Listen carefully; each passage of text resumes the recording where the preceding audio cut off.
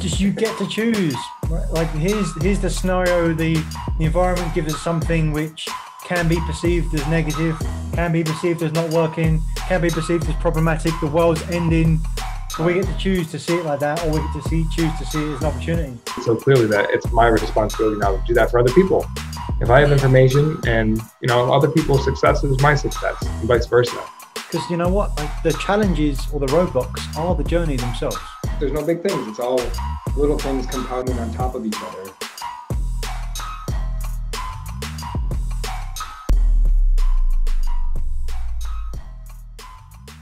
All right, the coaches are back for another riveting episode of Truth Seekers. Coach, talk to me today. I'm thinking about some new energies heading into, well, we're not quite to Q4 yet, but it's right around the corner. We got maybe some changes with the way that schedules have gone down. I got some things to share on my end with some things that I'm focused on that I maybe wasn't focused on a couple months ago. But I'm always intrigued by this constant and never-ending improvement, a term we use all the time, C-A-N-I, constant and never-ending improvement.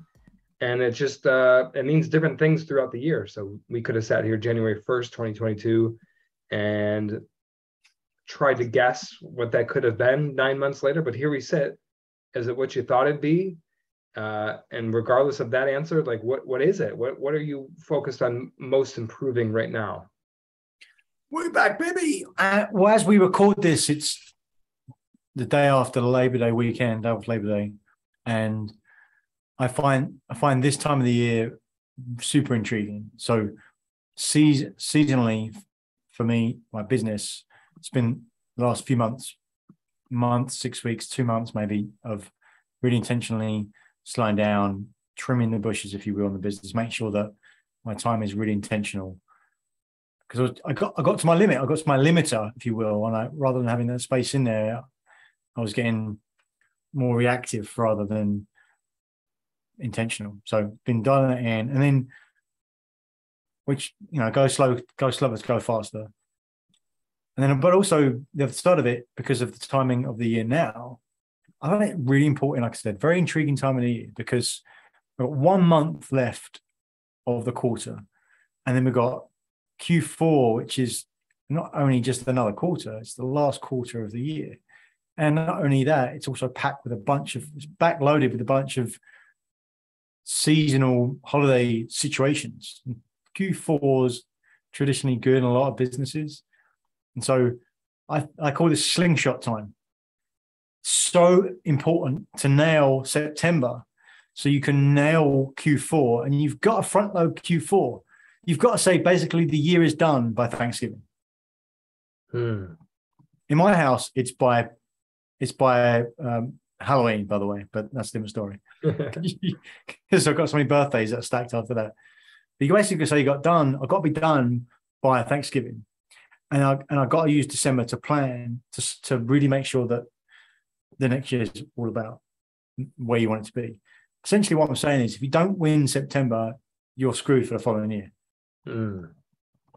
Now, you can always get a chance to reset, but to win the following year, you've got to win September, which allows you to win Q4, which allows you to win prep, which allows you to win momentum for the following year. If you don't win September, you're screwed for the following year.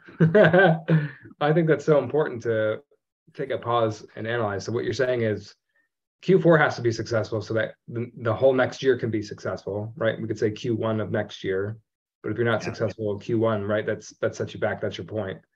So first of all, kudos to you. Like since I've known you, it's always been go, go, go. So to have you prioritize intentional time, and I wrote down what you said, I got to this place where I was more reactive. That's like the trigger point, right? Like maybe there's a version of that, like to head that off before it gets to that point. But I like that you took it, analyzed it, and like have been intentional about slowing down. So when you say win September, what does that mean? Because it has an air of like, this is strategic time, right? So whatever space that you've created in your schedule, intentional time, is so that you can use it for strategic time, right? So what might be some tips or some strategies or some best practices that you use and or so that other people can take away from this conversation about, maybe this is the first time that they're hearing September's not successful, I'm not going to have a great next year. Like, just to start thinking about that. So put some more thoughts in people's minds with how they can use September to be successful for Q4, but also for the next year as well. I'm pushing on that point really hard because it's so important to really think about where we are. I've had lots of clients over the last month, 2 months, really been in summer season, especially those with kids as well. If things change with what's going on in their lives. And so it's easy to get swept away and go, all right, September is just me getting back to things. Like, what does that mean? To your point, it's the intentional time. Okay, where are we right now? Where did I say I was needed to be by the end of September? What happened in the summer? What did I do? What was great about it? What do I need to reset? Do I need to reset? Am I good? And do I know what success looks like in September? Because it's different for everyone. So where must I be at the end of September in alignment with my year goals? And am I set myself up for success in Q4? Like, I want to have Q4. Like, everyone's year is different. I'll give an example. A client I've got, an advisor client, who would normally take towards Thanksgiving, maybe longer, to do all of these client reviews. This year we did them by June the 24th.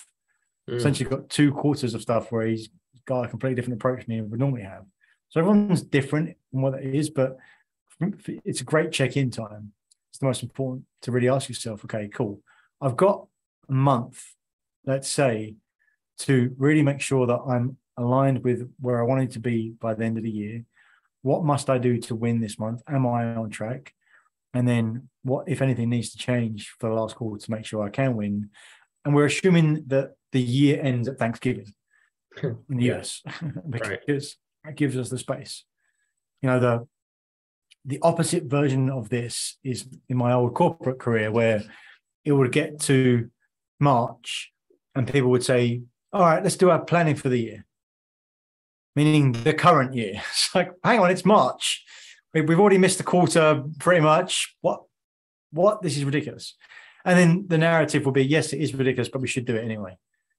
But, well, yeah, you should. But next year, can we talk about this in October? You know, and that comes from getting ready in September. So wherever you are, even if the check-in is like, I'm good, I've got it. Is that, I would check on that as well. Is that really true? But that's the biggest part for me. It's okay, where am I in relationship where I want to be? And am I on target? So, Coach, how do you do that? Is it meditation time in the morning? Is it just extra breaks in your calendar now, so you know that you're going to be thinking about that? Like, how do you think about how do you slow down and think about what you need to think about?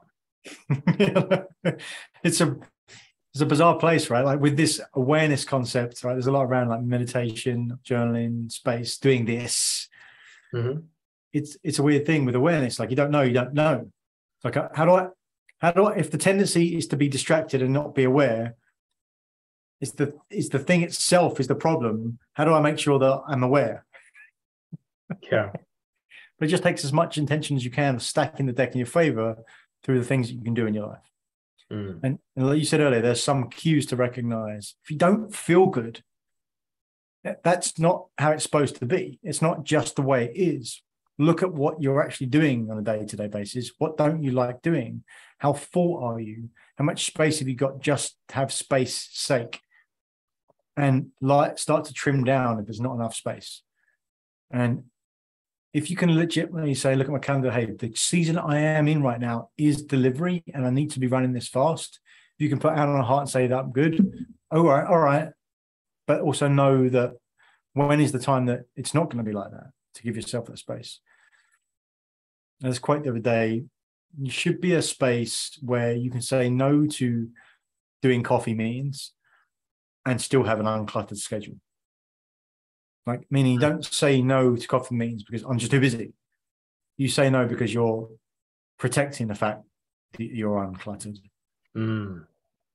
That's huge. I feel like we have a default of what we're capable of handling. And that's where we feel that overwhelm, like if we get overscheduled, but that's the stretch period. We talked the last couple of episodes about that for myself.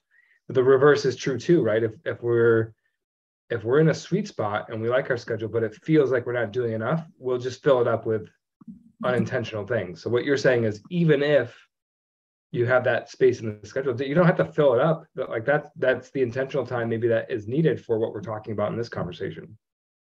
Yeah. If you're used to working 7 till 5 every day, you'll be so full to the brim of what that feels like.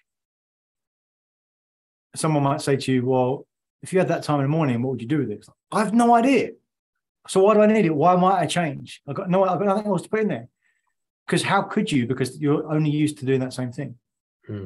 What you need to do first is create that 7 till 9, let's say as an example, space. And if you have 2 or 3 weeks in a row where you've got that space between 7 and 9 in the morning, you're going to start to figure out ways of time you actually want to fill it with. So we don't have to have the answer to be intentional about it. You have to have the space to find the intention. Space comes first. Space comes first. That is such a huge lesson for me from the receiving end, but also from the coaching perspective. I have a number of clients who are overwhelmed or stressed right now, and the perception is that they can't do anything about it. Like this is what my schedule is. I have to show up for all these things. Nothing's going to change unless we change. It's one of my favorite quotes, right? That's a coaching principle too. For anything to change, I must change.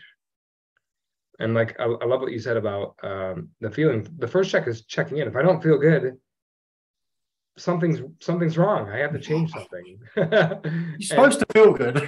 Yeah. Well, so some people don't even start with that, right? I want to feel good. So that's where I start out. So let's just be in agreement with that. Like, I want to feel good. So whenever I don't feel good, that's my red flag. Hey, let's check in sometimes, because I also think there's part of that with like, I don't want to check what's under the bed. I don't want to peel it back and know what the answer is. So sometimes that causes people to hesitate with like, I kind of already know what it is, but I don't want to check. It's wild. It's like, it's painful doing it, but I'm scared that there's going to be more pain if I do something else. Yeah. But that's why you must do it. Because if there's not enough pain to change, then it's that horrible chronic pain where it's not good, but it's tolerable. And you just get used to it. Used to it. Oh, that is the scariest place to be. Scary. That's the opposite of can I. What's the opposite of constant, never-ending sameness? Cans. Use the silly life stuff. But we all get stuck in that place sometimes. And being aware that we do, even us, we live and work on these principles, right? Because we work all day long with our clients. But there's no fixing this. It's a constant shifting journey, seasonality of these things, and just being aware as possible and just practicing, building the muscle. Yeah, so maybe I want to share a little bit more about the situation that I'm in. I mentioned earlier today, actually, to you, we're pre-recording, our pre-recording prep time, if you will. But I'm looking to level up in my business. I'm looking to hire a bookkeeper, for example, somebody to take care of my finances. And it's funny because I'm in this space where like the schedule is good. I have intentional time carved out. I'm protecting it. I'm going to adopt your September strategy here and just think about what the rest of the year looks like. So all that's like a check. So it's almost like I'm in this place with like I'm already accelerating. I'm already moving forward the way I want to. And then these other additional things, like what the space is maybe giving me the opportunity to do is to make the car more aerodynamic. Like right now, I'm not trying to get the car to go fast. I'm trying to get the car to go faster. And that's like, it's a good place to be. And I think by doing that, I'm also making sure that I'm not going to become slower. Like it's the most surefire way to make sure that I continue moving forward. Because as soon as I do that, it's going to give me other opportunities to make the car go faster too. I love it. So it's not that the car's going slow; it's going fast, and so you're removing resistance, so it goes faster, easier. Yes. So it's not just more horsepower; it's actually same horsepower, more aerodynamic. So it slips through, cuts through what's there already. I actually used this example earlier. It's like I'm driving back from the beach yesterday. When you're driving along at 75 or something, and it's effortless. Right, my truck will do like 1500 RPM, 75 miles an hour, like in 10th gear, and you're like barely touching the gas. And someone's joining the highway, they're like accelerating to join, and they're just to catch up to you, and you're just sailing past, right? Like it's already got the momentum. But yeah, it's trimming the hedges, trimming the edges, so you get more aerodynamic effect without having to push harder. Yeah, I like that, coach. I like how you change that. Trimming the hedges to trimming the edges. More aerodynamic. Yeah. Yeah, isn't that cool? Yeah, I like that. And then how does that feel? Because pushing feels a certain way. Like it feels like apply force, apply horsepower, apply like, hey, don't figure out a way how to, take, like it was I've been spending time working on the house this weekend, the beach house. And my approach to everything is just like, well, I'll just brute force it, right? I'll just pick it up and throw it. Whereas my wife would be, well, if we just like undo it and screw it, it'll just come apart. So my default is that, like, if in doubt, like put some muscle behind it. And it's the same thing as business and horsepower, right? It's like push harder. So I know what that feels like. So what does the aerodynamic approach feel like? Yeah, this is interesting for me. So let's talk through this, because I feel like a version of this conversation is the self-sabotage. It's like the equivalent of filling up the schedule when I don't have to. The space that I'm in right now, I've been intentional about creating for this whole year, and I'm on pace for the goals that I set for myself January 1st. Like, I just want to let that be okay. Not that I shouldn't tweak and hone and make the car go faster, but I'm also not pressing so much that I'm, something that I want, I'm pushing it further away. That could be a thing too. I've experienced that quite a bit, actually. So I'm letting the situation be what it is for now. And now this is why I'm excited about this new September strategy. Is with this intentional time, there's a lot to celebrate from over the summer. Expansion time, extending, new normal now for what I'm capable of, what I can handle. And now that I have the space, what am I going to do with it? What's the most what's the most useful way, the most return way? How can I get the most ROI on this time? I don't have the answer for that yet, so stay tuned, everybody, for these next few episodes. I've definitely been in that space as well. Overall, yeah, leverage versus effort, leverage versus effort, leverage versus effort. What might be the area of your business or indeed life where you're underinvested right now, but is crucial to you or could be in the future? Listened to a podcast this morning about investment and getting in early with the right companies creates huge leverage, obviously. But it's being able to think long term. If this worked the best way it could possibly work, what would it look like in 5-10 years? And assuming that best version of it, what should I be focused on right now? Don't settle. Don't settle. But also don't blow up where you are if you're in a good spot. So it's still the push, but with leverage, not effort. Yeah, the long-term thinking really hits home for me. I think I've said this before, we're all creators of our environment, of our lives, and the way that we're living now is just because that was the limitation of what we could perceive in the past. So that's another reason why the check-in is so important. This will be my takeaway for this conversation, is how important the check-in is, because even if this is beating a dead horse and we sound like a broken record, it changes every time you check in. There are new things to check in with. That's the whole point of it, is that there's new perspectives and perceptions that if you just continue running on that hamster wheel, you're going to miss all these things, even if you did it 6 months ago or even 3 months ago. So this is the September long-term check-in here. I'm excited to see where it goes. Yeah, it's like, here's your alert right now. It's like, I don't need an alarm. I'm already awake. No. Yeah. If you find yourself saying, I did that already, then it's a surefire sign that you actually need to do it again. Just like me with the like, oh, I'm good, but I'm not good. I don't feel good. What am I like? Why am I not fired up to do this? Because you might say, look, I'll just push through it, but there is no push through it.